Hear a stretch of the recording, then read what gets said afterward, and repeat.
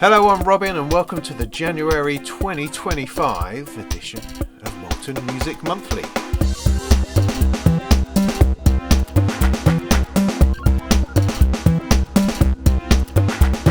It's January, which means, of course, we've had a NAMM show. So this is going to be largely about the sort of things that we saw there, I guess, but not everything.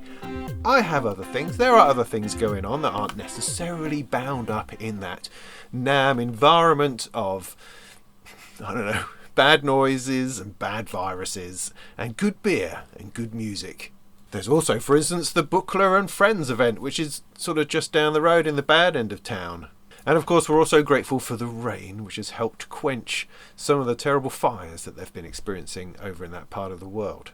But while there was lots and lots to see at NAMM, much of it we had seen before. For instance, the Dreadbox Artemis looks gorgeous. We've kind of been aware of that before, but we were starting to get in some good sound demos, which is cool, so you can go and check that out online. Black Corporation had their Expander Mark II there, which again, we've seen before, but now we're starting to get some sound demos. The Genki Katla was there that I spoke about the other week, this volcanically inspired Icelandic synthesizer, although I'm not entirely sure that I have any idea what they were talking about or that the demo was particularly good. So I'm just going to put that one to one side and talk about that perhaps another month when it's a little bit more available and understandable. Supercritical were there with their Redshift synthesizer, Musonics were there with their Vanilla Modular, and Enjoy Electronics were there with their D-Feel, strange modular thing that you stick things in and then does a bunch of stuff and it comes out the other side. But again, we have seen that previously. And so for this Molten Monthly, I wanted to kind of make sure that I was pointing out the stuff that I've not seen before, and of course the ones which I thought were the most interesting. There's plenty of stuff there that, was all right, but I wanted to keep it to the really exciting stuff. And I would also very much like to thank and give a shout out to Sonic State, because they do fine work. Nick and his team over there at NAMM pumping out all of this content, all of these videos. That's how we get to know anything at all. Back in the day, you had to wait until Sound on Sound released a magazine 2 months later to find out what it was that went on at NAMM. Oh, not anymore. No, they do a marvellous job pumping out those videos, sound demos this time as well as interviews and talks about the actual products. So I'm very enormously grateful to Sonic State for all that stuff that they do, which enables me now to talk about it. And if you go over to their YouTube channel, you will find all of the videos that are going on behind me, more or less. And so you can dig into the details for yourself. All right, lovely. But first of all, let's do some stuff that wasn't necessarily NAMM related. Kicking us off is the Potato Audio Choplifter. Choplifter is a game I seem to remember. I think it was a Spectrum game. Did I have it on the Commodore? I can't really remember. But wasn't it about this little helicopter you're picking up people and then dropping them somewhere else? Or am I confusing it with the Defender? I could be. But anyway, this isn't anything to do with that. This is a chopper app plugin thingy, a gator if you like. You stick your audio in and it chops it up, slices it up, gaps it about the place, turns it on and off in a gating sort of way to generate rhythms and patterns, chordal stabs from pads, that kind of thing. It rhythmizes, it reworks and re-grooves whatever it is you sort of pump through it. It has 3 levels of gating doing different things, and you can separate them into frequency bands and do all sorts of interesting DJ type slides and crossfades from one to the other. It's got built-in filtering, built-in amp effects and other bits and pieces. It looks quite fascinating, I have to say. Now, it's currently only available for Ableton Live, not available yet as a VST, although apparently they are working on it. If you want to get hold of it, they sent me a discount code, which is very exciting. So if you want to give it a go and want to get 30% off, use the code Molten Modular Potato 30. Got all of that? It's in the description. I'll write it down somewhere so you can use that. But it looks like a lot of fun. Very quick one on the PWM Mantis, which of course we have seen before, and I have one over there which I will be doing a review of very soon. But they've just released a new firmware which pumps it up to a full, I think, 4 voices of polyphony amongst other things. And so with a bit of luck, I will be able to demonstrate all of that within the context of a full-on review before we get to Synth East. with a bit of luck, where you can also come along and try it out for yourself. Biotek from Tracktion has reached version 3. Biotek is one of those quirky, interesting, fascinating software synthesizers that doesn't really like to do things the same as other people. It was, I think, originally pretty complicated, pretty baffling, and yet just, its saving grace was this massive library of fantastic presets that you would stumble your way through like adventuring into the jungle somewhere, because it's very environmental, it's very organic. It pulls in natural sounds and environmental sounds and uses those as kind of the bedrock of building up stuff, building up sounds, building up tones, building up explorations and evolutions and modulations and such and such like. So you can dig into it and find the synthesis actions and bits and pieces within it, but ultimately you're kind of exploring soundscapes and trippiness and strangeness. It's now somehow evolved through various stages into version 3, and for that it looks very different. They've decided to hide all of the complexity as best they can behind a much more simple user interface. So there's just a few controls, the main ones.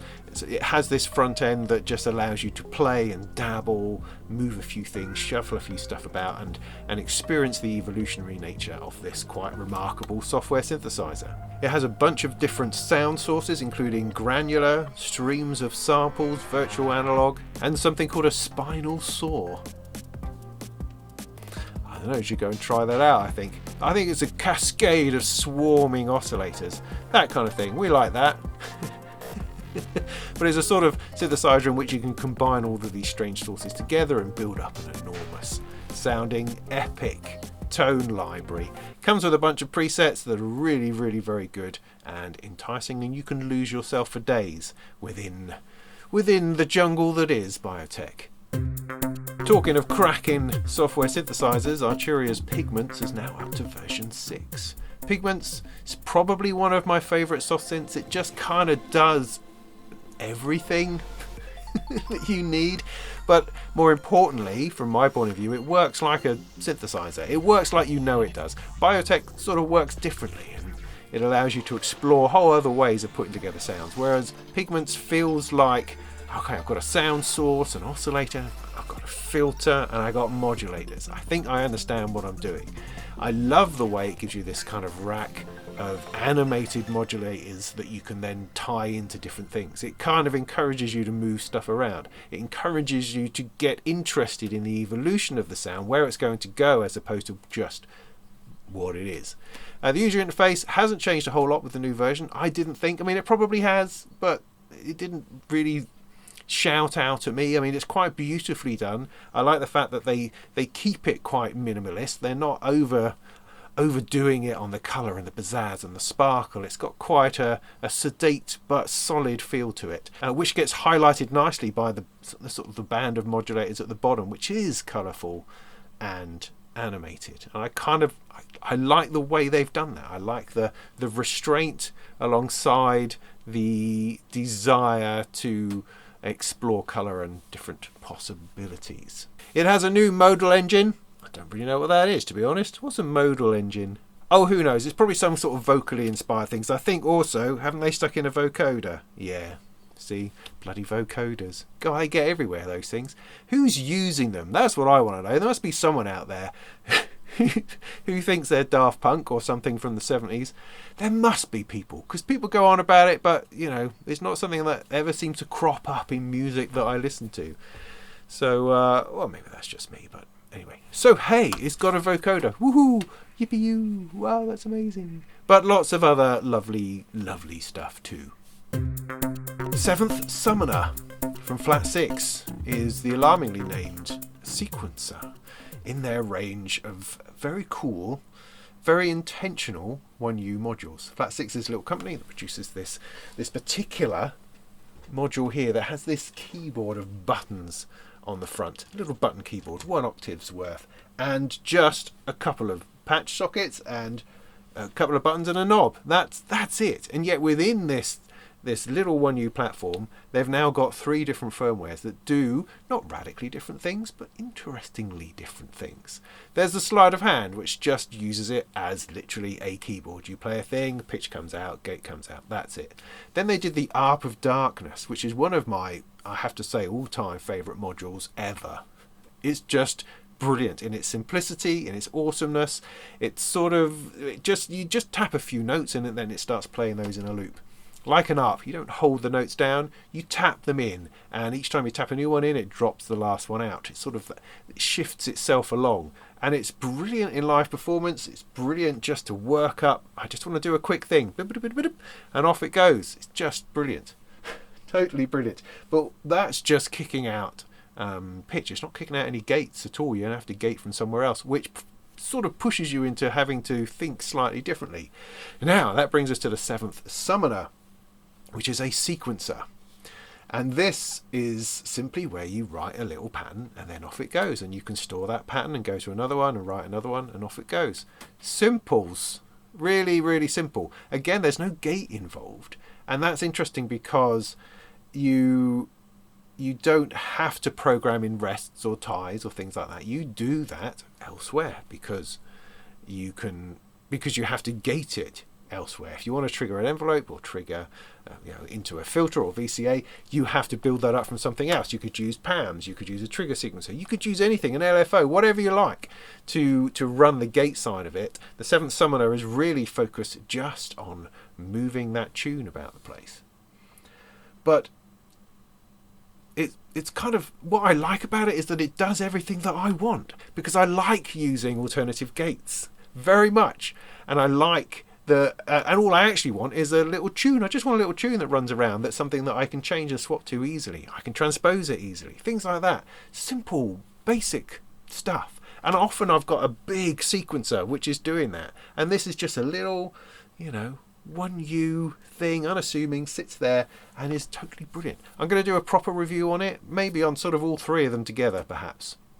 I don't know, because I think it's remarkable, and yet there's something about it that just worries me slightly.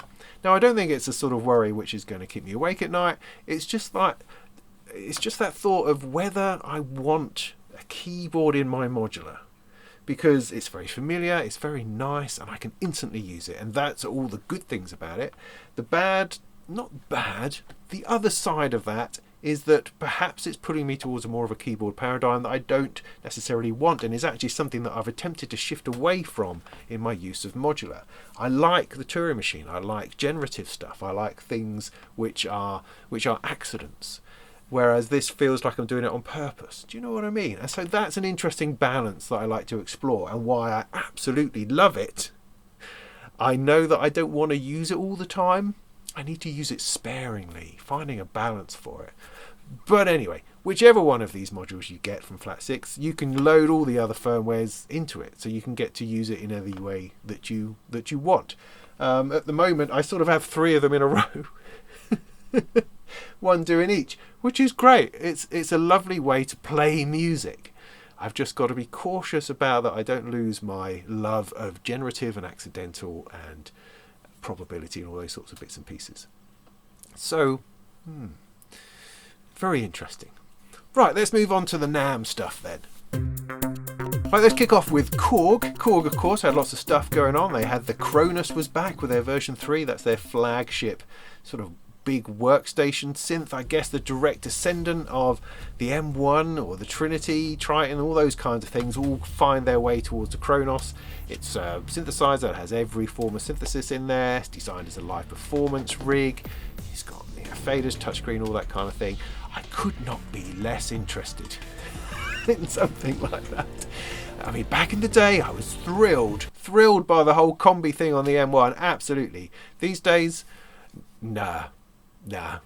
I would want absolutely anything else than the Cronus or the Roland or Yamaha equivalent. They're just not my scene, But I absolutely appreciate that they are fantastic bits of gear and that people get a lot of use out of them. And particularly for live performance, if you're a keyboard player, fantastic. That's the sort of thing that you want. Slightly more interesting was the 700SM. Now, they did the Mini Korg 700 Watsy Flip keyboard. They reissued it a while back, a full size thing. Now this is the synthesizer. This is the synthesizer that has all the controls beneath the keyboard, which I think is just genius. For many, many ways. Thank you. They're getting lively this morning. And so what am I saying? So yeah, I really like that. I would like to have a MIDI controller which works in that kind of way. Now the Mini Korg 700 SM is a slightly scaled down version. Hopefully it's cheaper. I think I'm looking at it. It's $11.69. Is that cheaper? I think so than the big full size reissue they did.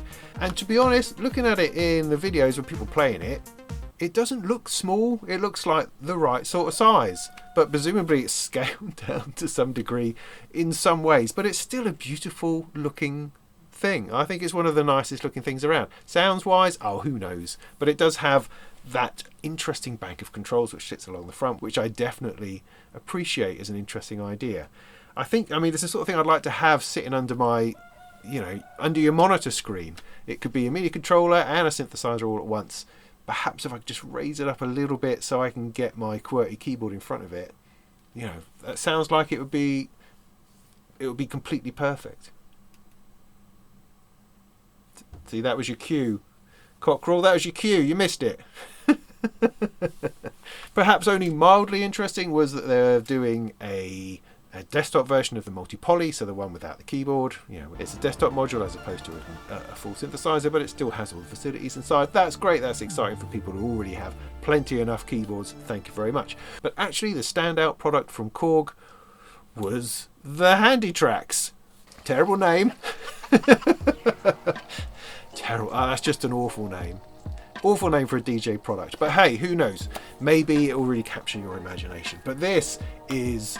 It's a turntable. It is a turntable. Got a carrying handle. It's quite bizarre because it's supposed to be portable. It has everything built in, so you've got all your amplification and bits and pieces built in. So you've got headphone outs and line outs and bits and pieces at the side. But essentially, it's a little record player. But what's great about it is that it has a crossfader built in and it has a looper. Now, why these things are important? I mean, crossfading obviously, so you can start doing scratch DJing. Because scratch DJing is something that I actually confess to really liking. I think it's fun. I used to do it a lot when I worked at Turnkey. They had the whole DJ department downstairs, and when I was bored, I would nip down there and I would actually do some scratching. I mean, I'm not good at it or anything, but it was fun. It was a lot of fun, a lot more fun than I thought it would be. And that seems to have faded away largely. We don't seem to do it anymore. If it does happen, it tends to happen on digital interfaces, which I think is a bit of a shame.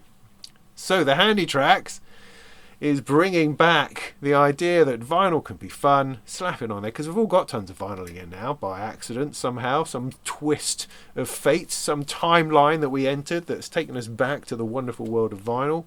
And so, quite rightly, scratch DJing should be similarly on the rise. Although perhaps I think we might be super precious about our vinyl now, because it's all really heavyweight stuff. You don't actually want to be scratching it, do you? And you probably paid a load of money for it.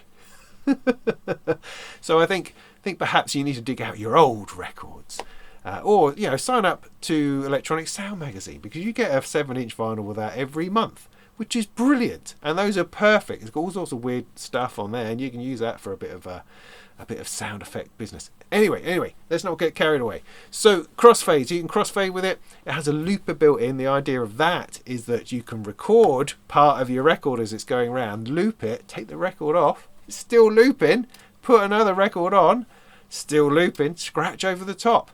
Flipping genius, absolutely genius. I mean, obviously you could get 2 of these in order to do proper, turntable to turntable stuff, but just having the one, I think, would be enough. It's just good. It just sounds like good fun, and that's all part of making music, man. If it's fun, then you've nailed it, haven't you, really? So that's the HandyTracks Play, I believe it's called. Terrible name, just an awful name. Or an awful name, but hey, looks like fun. Something deeply, intensely weird from New Systems Instrument. It's called Discrete Map. Yeah, it already sounds complicated. This is quite interesting, I think. It's a sequencer of sorts. You've got 2 rows of stuff, right? The bottom row is is when something happens, and the top row is what it actually does. You with me? No, not at all. It's like, very much like Pebbles. Pebbles is a little kit that I built a while ago. I've got a video in the channel, and essentially you stick in some voltage like an LFO, it goes up and down, and you've got two sliders that you set, and when the LFO goes past either of those sliders, it creates a gate. This is the same idea, but in a much bigger sort of 8 slider fader form. So you stick in an LFO, it's going up and down. I mean, you can stick in anything, but staying with an LFO is just simple for the moment. So an LFO going up and down slowly. As it goes up, it triggers each of the sliders, each of the gates, depending on the position of the slider. Yeah, so you sort of map out this idea, and then you run voltage through it, and it's creating these gates. What I love is the fact that there's such a disconnect between what's going on. You've got these two factors that aren't really related that you're trying to forge together, and so the possibility and potential for just really organic generation of gates is just superb. You know, you're never going to get it to sound perfect. It's always going to be slightly all over the place, which is genius. But then accompanying that gate is a pitch in the top. So in the top row you set a pitch like a regular sequencer, so you can find notes, bits and pieces. And so with each of this sort of swimming, swarming, stumbling bunch of gates, you get an appropriate pitch with it at the same time. I think that's totally awesome. Endorphins have a new version of the Cockpit. Now the Cockpit is a 4-channel stereo little mixer, which is now in 1U and called the Cockpit X.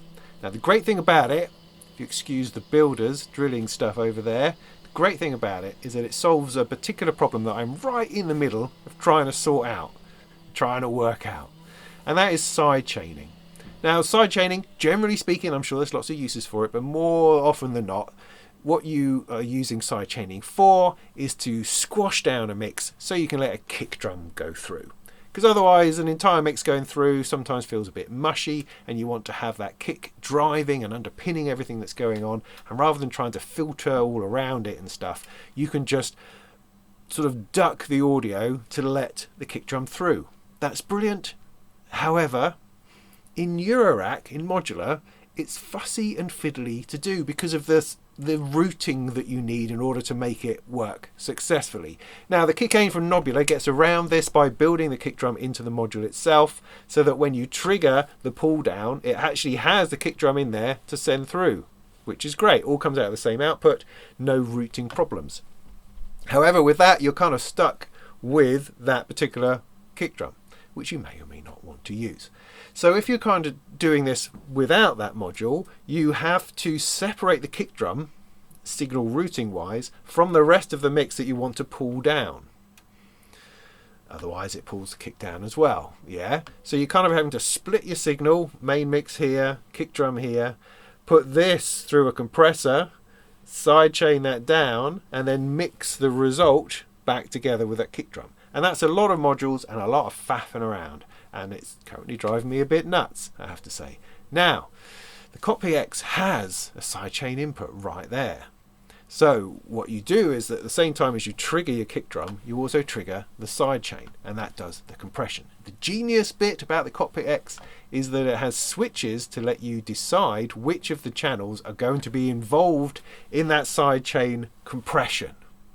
So if you have your kick in one, your synths in another, you just don't turn on the kick. You don't route the kick to it, and that way everything else gets compressed and the kick stays the same, and the module itself mixes everything together to the output. Fabulous. That's absolutely what I need. I totally need that in order to get that throbbing vibe within the techno kind of set that you're trying to do. I think that's brilliant. I would love one of those. I'm going to have to get that sorted out. I think that's the answer.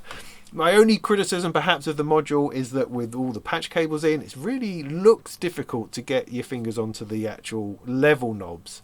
But other than that, great. What a great bit of thinking, great problem solving, because I think compression is something that we don't use in Modular a whole lot, and I think we could benefit from it. In fact, I have a big fat compressor here from Audioscape Engineering that I'm currently reviewing, which is based on an SSL desk compressor, and can do all of those things, and this is why I'm encountering the difficulty of trying to work out how to do the routing and signal routing for that, because it could be a fantastic addition to your set, although it's fantastic just as a compressor. You don't have to sidechain all the time, every time with every compressor. You know, you can use a compressor just to do the sort of things compressors do, and that is also a good thing. Meanwhile, Endorphins have also released an update to the ground control, which is something else I'm hoping to review very soon. And it's bringing in a whole bunch of randomness and probability that wasn't there previously, which makes that far more generative and potentially weird, which is what we like. The Strum from Arcana Instruments is a strange looking but fantastic MIDI controller designed to make music making more accessible. Now, weird MIDI controllers are the sort of thing that comes along all the time. And, you know, it's like we scratch our heads about it going, I don't even know who this is for. Because, you know, we have MIDI controllers, we know what they do, we know how they work. Now, this is different because it's designed for people who are unable to use a regular keyboard or regular knobs and bits and pieces. It's actually modelled after or inspired by a wheelchair user that the guy who runs Arcana Instruments ran into and had a discussion with, and was marvelling at the fact that she was able to do very, very precise control over her wheelchair with the joystick on the wheelchair, while not being able to access pretty much any other form of movement. And so he built this MIDI controller with a joystick interface, and it's not a joystick just to sort of move a pointer around, which tends to be the difficulty with joysticks. It overcomplicates things, whereas this actually strums by the simple movement of moving it forwards and backwards. It strums through an instrument over MIDI. It strums through stuff, very much like a guitar, and creates this very interesting, emotive and easily accessible way of generating sound. It then has a bunch of buttons on one side, which again are big, large, easy to hit, easy to find, and they can create different chords. And you can literally play an instrument through this interface. There are all sorts of different joystick models, so you can, if the big fat one doesn't work, put on a thinner one. If that doesn't work, he has a foot adapter controller, so you can play it with your foot. The buttons on the side, they can all come off in different ways and be separate, big slappable things. I mean, you can bash everything with your head. Whatever it is that you can move to interact with this MIDI controller, they've enabled you to do so. It's fantastically accessible. The man was saying in the video that they have whole bands of people being able to play together when it was completely impossible previously with any other type of controller.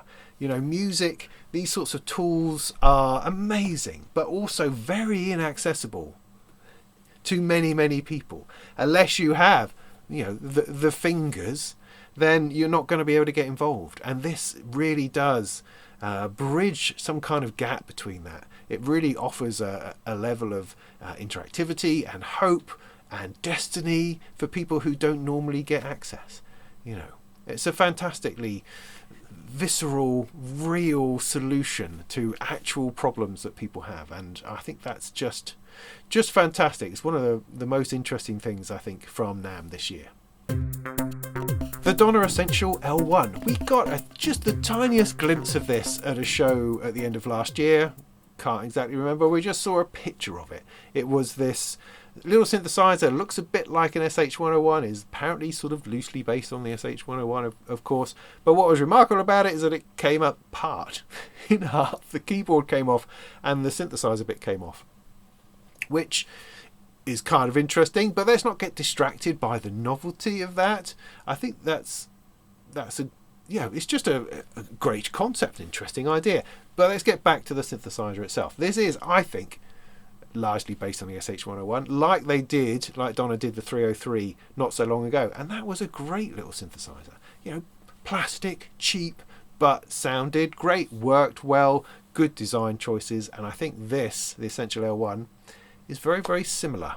You've got all the things you expect to find, a big row of sliders in order to do things. It has a few more waveforms than the SH-101. It has 2 envelopes, which is key, actually. That's very different, which means you can affect the VCA and the filter differently. It's got an external input, so you can bring anything from outside and mix that into the source mixer before going through the filter. It has a drone mode where you can just turn on the sound and play with that, which of course makes it useful for using the external input, so you can just play straight through rather than having to open the gates all the time with something. And it also has an LFO which goes all the way up to audio rate, which pushes you into FM and other bits of pieces. So it's an SH-101 plus, you know, not dissimilar to what Behringer did with theirs, but it looks different. It has a kind of a cool vibe about it. It has a couple of little screens and bits and pieces going on, and also the keyboard side of it allows you to generate sequences and arpeggiations which are all savable, which is quite interesting. To be honest, I didn't understand exactly how the sequencer worked, but I'm sure it will all become pretty self-evident over time. It looks like it's going to be relatively affordable, which is nice, so it's good to have alternatives out there for a great little synth like the SH-101. This is the chunkiest thing at the show, I think. It's a great big slab of control is what it is. It's this big chunky box covered in brightly lit squares in a grid that's kind of like a I don't know, it's kind of like a launch pad. It has a launch pad vibe to it to a degree, but what's special and peculiar about this MIDI controller, other than its name in being a Paw Music MPE controller, is that rather than having little velocity sensitive pads as you would expect to find, these are weighted piano keys. I mean, obviously they're not piano keys, but they have the feel of weighted piano keys. So they go in, they go down, they have substance and velocity and dynamics to it. It allows you to generate a very nuanced, a very expressive kind of playing that you're not going to get through just squidgy pads. And I think that is what makes this really, really interesting, because we've become accustomed to the squidginess of a Rolly keyboard or the toughness of some other MPE type controllers that you press and then you move about and you wobble a little bit. The Osmos from Expressive E is perhaps the exception in that it gives you keys that actually move, and this I think follows along with that to some degree, but does it in this grid style where you are having to play weirdly. But you know, it all depends on what you're used to. You can absolutely play something on a grid like a piano with no bother once you've learned how that works. It also has a load of scales and stuff built in, so you can just make it work. You can make every note function correctly without you having to know or how to do anything. It's bright, big, brash. It offers a level of expression which I've not encountered before, and is MPE, so you can wobble stuff as well and move things around. So quite brilliantly engineered, I think. That's a really interesting development, because I just generally don't like the pads very much. They're very unsatisfactory other than just playing them for drums, and so I think this is a fabulous idea. Okay, at about the halfway point, let's talk about Behringer, shall we? Our favourite little group of boutique synth makers, a couple of guys in a shed knocking out old classics. That Behringer. Is that right? Doesn't seem right. It's been 10 years since they were at NAMM. 10 years. And that's sort of interesting, well, briefly, because we get bored with this thing after a while, I think. But it just feels like, to me, personally, my opinion, just feels like that perhaps Behringer are growing up. I mean, is that possible? Because it feels like they've been in this sort of adolescence or teenage doldrums for a great many years now. They're sort of petulant and arrogant and annoyed most of the time, while, you know, all we really want them to do is produce some good synths. And they do, and they have. But every now and again, they just go nuts and slap everyone about and throw all their things out of the pram. You know, they go a bit nuts. And it's sort of rude and disturbing and makes everybody react strangely to them. And so it kind of feels that they haven't been at NAMM because they kind of not quite sure they fit in. I don't think they've got any friends because they keep doing stupid things and behaving like jerks. And so, you know, they've kept themselves to themselves. They've done their own alternative shows and alternative releases all over the NAMM period, going, ha ha ha, we're just going to release 15 synths, ha ha, we're not at NAMM, ha ha, up yours. And then we're not going to get them reviewed because we don't believe in magazines, ha ha, because, you know, it's just the people are all we're interested in, and other such kind of crappy nonsense. So it's actually quite a delight to have them back at NAMM with a stand, with some decent synths, and not just causing a ruckus. I mean, we love the disruption of having vintage synths return to us as cheap and cheerful and awesome, bits of equipment that we can now all access. That's brilliant. That's the sort of disruption we like. We're not so keen, perhaps, on the disruption of them just stealing a current product and doing their own version of it for cheaper. That is just a bit rude. So that's really my attitude to Behringer, in that I'm really pleased that they're back at NAMM. It shows a little bit of emotional maturity, perhaps. Maybe that they can just play with the rest of us. You're all there just to play on synthesizers and have a great time with that. We don't need the aggravation of having to deal with you cloning a current product that's done by a little boutique manufacturer that's just struggling on in life. Why do that? I don't understand why they kept doing that. But maybe now this is a turning point. Perhaps we're now turning a corner and they're happy now just to relax in the community of synthesizer users and synthesizer manufacturers who actually just want to have a good time making music and don't need all of the aggro. Is that enough? I'm sure I'll get loads of comments about this because because of people and the internet. But I don't really care. It's just my view, and I think it's a very positive one going forward, and I hope that Behringer build on this because people love their synths, and that's got to be more important than nicking a good idea from somebody else. Just do your stuff, man. Do it. So anyway, what did Behringer have? They had the BX1. Extraordinary. This is a DX1, which is an extraordinary instrument in of itself, and this is Behringer's version of that. So a massive dual FM engine of crazy FM synthesis doing its whole thing. But it's not only that. They've also built in an entire analog section borrowed from the CS80. So it's a massive FM Yamaha synth going through a Yamaha CS80 signal path, filtering, LFOs, modulation, that kind of thing. Wow. Just amazing. I mean, it looks the part. And apparently sounded great, although it wasn't all completely working. There was effects and stuff like that. All those sorts of things weren't there yet. But, I mean, impressive looking. A couple of other things they had, which also weren't plugged in, sadly, was their Jupiter 8 clone, the JT16, and the Prophet 5 clone, the Pro 16, I believe. They both looked great. That's great. Do that. Sell them cheaply. Fantastic. I think everyone can agree that resurrecting these old synthesizers is fantastic work, and we're keen to try it all out.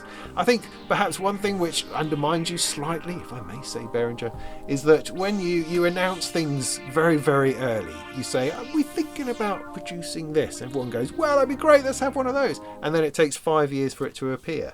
Maybe consider not telling us about it, because people just want synths. They just want synths. So make whatever synths you like. Any old synths, bring them back. That's fine. Go and do whatever you like. That'll be fine. People will lap them up. It's just if you tell us about it, we're just going to be constantly going on about it until it appears. So there was lots of things that were missing, I think is what I'm trying to say, that people would love to see. But you're getting there. There was a Wave there was the Lindrum was there, the UBXA was there, all those sorts of classics which are now finding their ways into people's studios and enabling them to make awesome electronic music. So just keep at it, mate. Keep at it, and it will do you good. Bitwig had a very cool audio interface. It's called the Connect 412. Why is it cool? Well, first of all, it's got a really great big slab of orange across the top. I mean, you can't get better than that, can you really? Anything with orange on it is going to be super cool. But this is a 4-in, 12-out, potentially, USB audio interface with a great big knob on the front, which is multifunctional, controls all sorts of things, got lots of inputs and outputs, and buttons and transport controls, bits and pieces on the front. Looks great. What's particularly awesome about it, it has a row of patch points along the top. It's like, finally, an audio interface manufacturer is starting to take Eurorack seriously. Thank goodness. It's about bloody time, innit, really? So you've got 2, I think, DC coupled inputs, 4 outputs right there on the top. So you can connect patch directly into it without having to faff around with adapters and bits and pieces. And they've also factory calibrated the outputs to be 1 volt per octave. So you can plug it directly into an oscillator and it will work. You don't have to faff around with all the calibration that you normally have to do in order to work out what the voltage output of that output is and how that relates to 1 volt per octave calibration. It's all done. It's all baked in. Fantastic. I really hope I can get my hands on one of these because I would love to review it and see how well that all works. But what a brilliant audio interface. I have not been excited by an audio interface for quite some time, I have to say. Melbourne Instruments were there with some more of their moving knob shenanigans. This time it's called the RotoControl. It's a MIDI controller. Now you kind of get the impression that perhaps Melbourne Instruments bought like a container load of these little servo things, these little motors, I think they're drone motors, something like that, which they use to run their knobs, and so they need to keep coming up with products that have them in, which is fair enough. I mean, you're still the only ones out there doing this, and so, you know, get stuck in. So this is a nicely shallow, you know, not too deep, nicely shallow sort of thing that can sit between your QWERTY keyboard and your screen. Nice, you know, a nice sized MIDI controller. I really like that aspect, with a row of knobs, a little row of screens, and a row of clackety-clickety buttons. Pretty cool all over. It looked really easy to map. They had sort of software in it which allows you to map things to MIDI stuff very, very easily. And then, of course, as you change and save and change through presets and configurations, the knobs will move back to where they need to be. Fantastic. It's always a problem with a MIDI controller, knowing what it is that your controller is pointing at. You know, what are things on? You just don't know. They're usually very blank and faceless and don't represent the values that you've moved them to because something else has happened. Whereas with automated, motorized knobs, all of that is taken care of and it's always pointing to the thing it's supposed to be. Brilliant. Totally awesome. Looks great. Yeah, nice job. If you like your MIDI controllers in a slightly different shape, in more of a square shape, then check out the KeyPad Pro from Reloop. This is a little keyboard, and then a row of pads, and then essentially a mixing console in a MIDI controller style. So you've kind of got channel strips that go across the top with your 3 knobs. It could be EQ, could be send. You've got a fader for level, mute and solo buttons, transport controls. Then you've got your pads for your percussion. Then you've got your keyboard for your MIDI. It's got flipping everything built in. So all the control you could possibly need. MIDI control, DAW control, keyboard control, all in the one square controller. The size is difficult, I think. I would rather split that in half and have one here and one here, just because it puts this sort of distance between you and your screen or what you're doing. But, you know, I admire the idea and the concept of putting all of this stuff into one solid controller, so that's kind of all you need. The whole lot is built in, all the control you could possibly need into the one controller. Quite interesting, I think. The singular most amazing thing at the show is the string harmonica. Wow, I think it's probably more appropriate. What a crazy thing. Yeah, it is. What is it? So 12 strings tuned chromatically, so you've got your 12 notes. Those then are used kind of as the resonators for this synthesizer. So you've attached a MIDI keyboard and you play and you use the internal synthesizer somehow. That bit was not entirely clear, but that essentially generates magnetic waves. I don't know, I'm making some of this up, I think, that wobble the strings, and the strings then generate the sound. So it's like they're individual little speakers, or it's like, because you're not exactly using them as the sound source, you're using as the interpretation of sound. So the sound is being generated somehow, and then the strings are wobbling in response to that. Maybe I'm overthinking it. The important thing is, right, that you play and you hear. You're not striking the strings. The strings are being electrified, wobbled, magnetized, are being harmonicanized. something like that. A bit like, you know, a glass harmonica where you're going around on wine glasses with that. You know, the glass is creating the sound in response to the finger movement, whereas you're not striking the strings, you're generating the sound through something, and then that's. Do you understand what I'm trying to say? I'm feeling quite stressed about it now, but it was a beautiful, beautiful thing. Beautiful idea. Complicated, I imagine. You're going to have to spend a lot of time getting it in tune properly and working those sorts of things out. But the technology in there and the sound was just quite something I've never experienced. And it's very ethereal. It's very visceral. It's very physical. It's very organic. It's very much, you know, right there happening electromechanically. You know, while at the same time you're not plucking the string, although of course you can if you wish. Fascinating.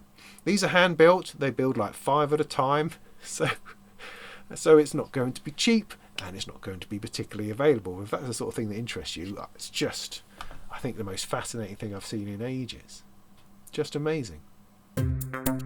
Rain City Modular had an interesting sequencer construction set. Now, this is not made of Lego. This is made of individual little sequencers.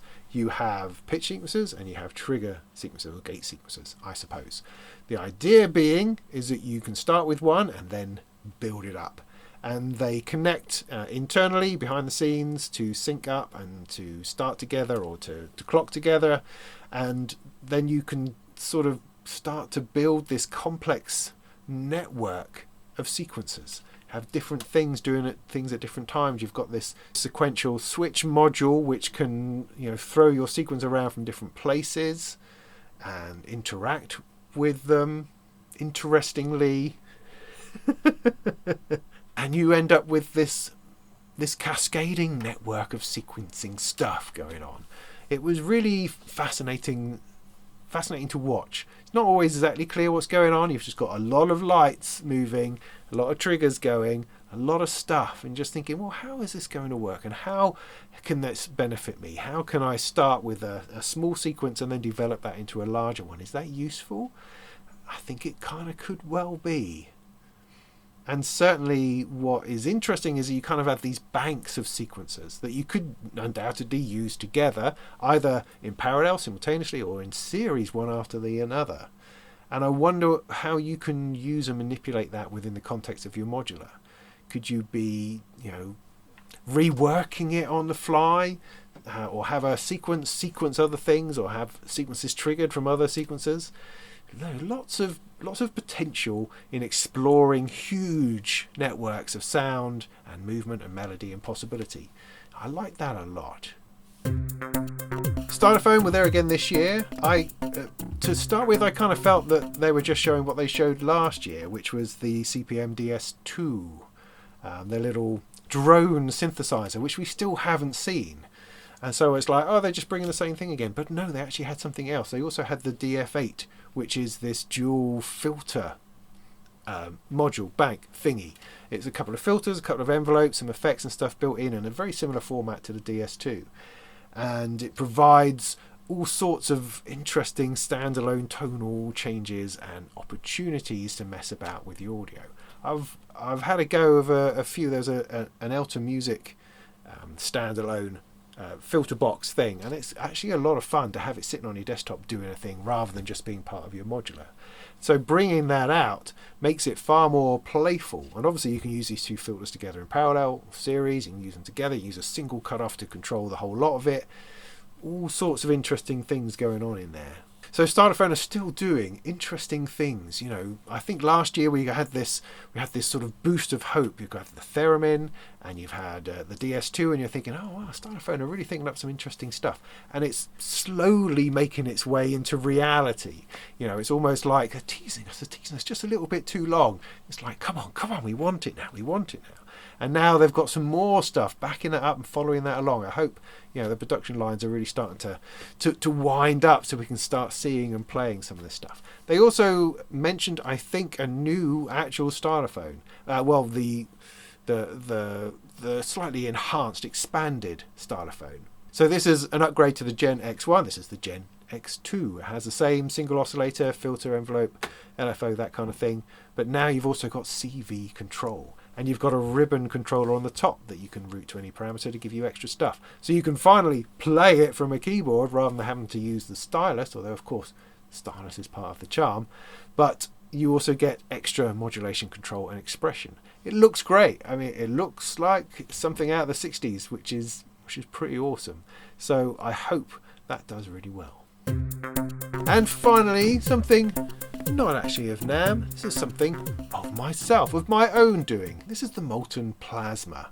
Now this is the beginning of a series of sample-based instruments that I want to produce. I intend to produce. I am currently producing. The concept being is that as a reviewer, I tend to get my hands on all sorts of interesting bits of gear. And every now and again there's something of a sound generator, a synthesizer, or something of that sort of nature comes along. A voice of some kind. And so I thought it might be interesting if I grab some samples from that and start releasing those as little instruments. So that's what I've done. The first one is the Molten Plasma, which is based on the Game Changer Audio Plasma Voice. Plasma Voice is this fantastic module with this built-in kind of crazy neon tube of crackle and spit and spite and nastiness and gnarliness, and it has this tone, these elements of energy in it, which is quite unique. So I spent a day stealing samples from it, sampling it in different ways and different things, and built an instrument based upon them. The interesting thing about building a sampled instrument is that it instantly then becomes polyphonic. So I've been able to generate and create these interestingly flux-infused pads and other sounds, bass lines and leads and effects, percussion, all sorts of stuff jammed on in there. It's also built, it's all built with Decent Sampler, which is an open source sample platform. So it's available as an instrument for that. That's a free download. You can download that and then you load up my sound set for it.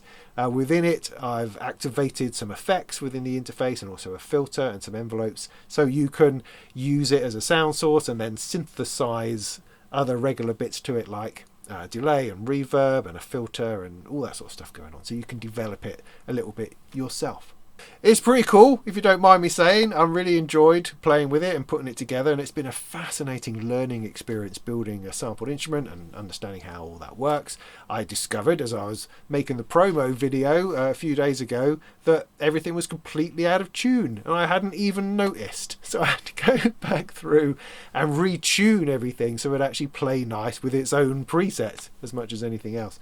So that's another lesson learned as I go into more and more of these instruments.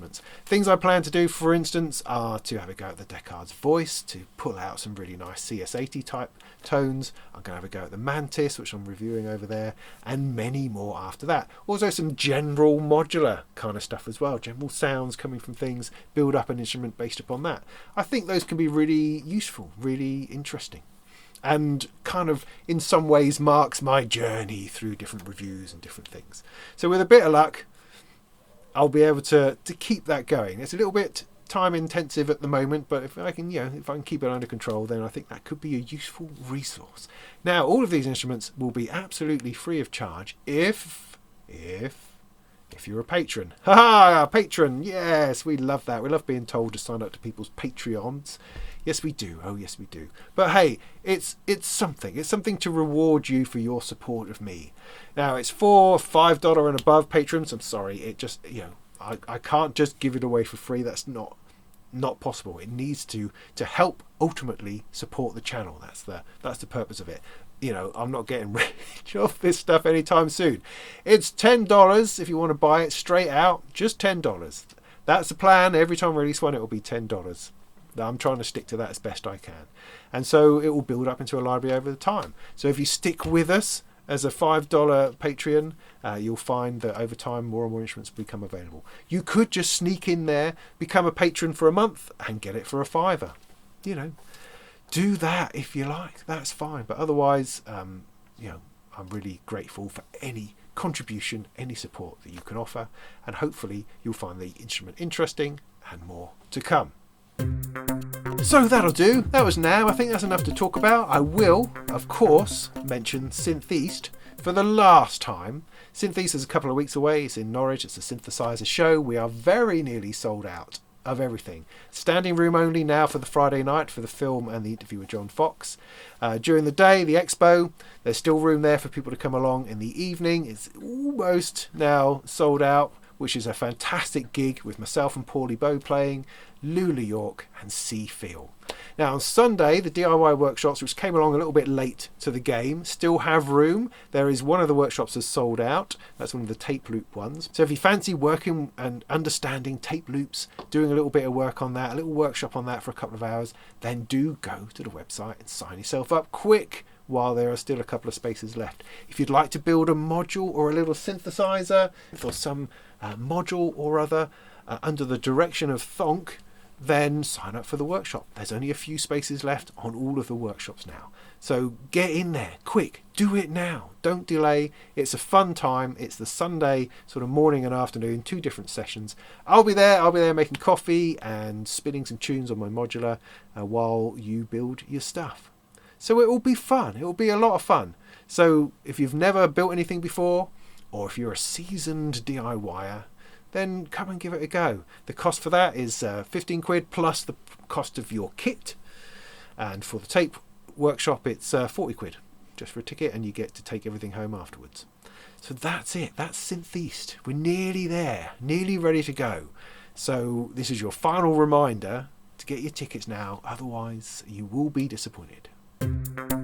So yeah, that'll do. I think that'll do for now. I've already mentioned Patreon. If you want to support me, go over there and you can just send us a couple of quid, whether you like the instrument or not.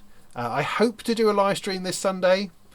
I'll try to do one. What I'd like to do this Sunday is just work on trying to put together my system for Synth East, the one I'm going to be performing with. That will be the plan. However, we've also just bought a dog, which is turning up on Saturday, and we might just be completely involved and knackered. But before that happens, on Friday night, this Friday night, if I can get this video out soon enough, so this Friday, I might have missed it already, I am on the Pro Synth Network YouTube podcast live stream thing, 7 o'clock, the Pro Synth Network, I think it is, and I will be on there talking about Synth East and other bits and pieces. They are invited me on, which is lovely. And so do join us for that, where we can talk about synths with people who actually know what they're talking about, which is brilliant. So I hope that was useful. That gaggle of stuff, moving forward, onwards and upwards into more wonderful worlds of synthesizers and electronic music and modular. Hope that was useful. In the meantime, go and make some tunes.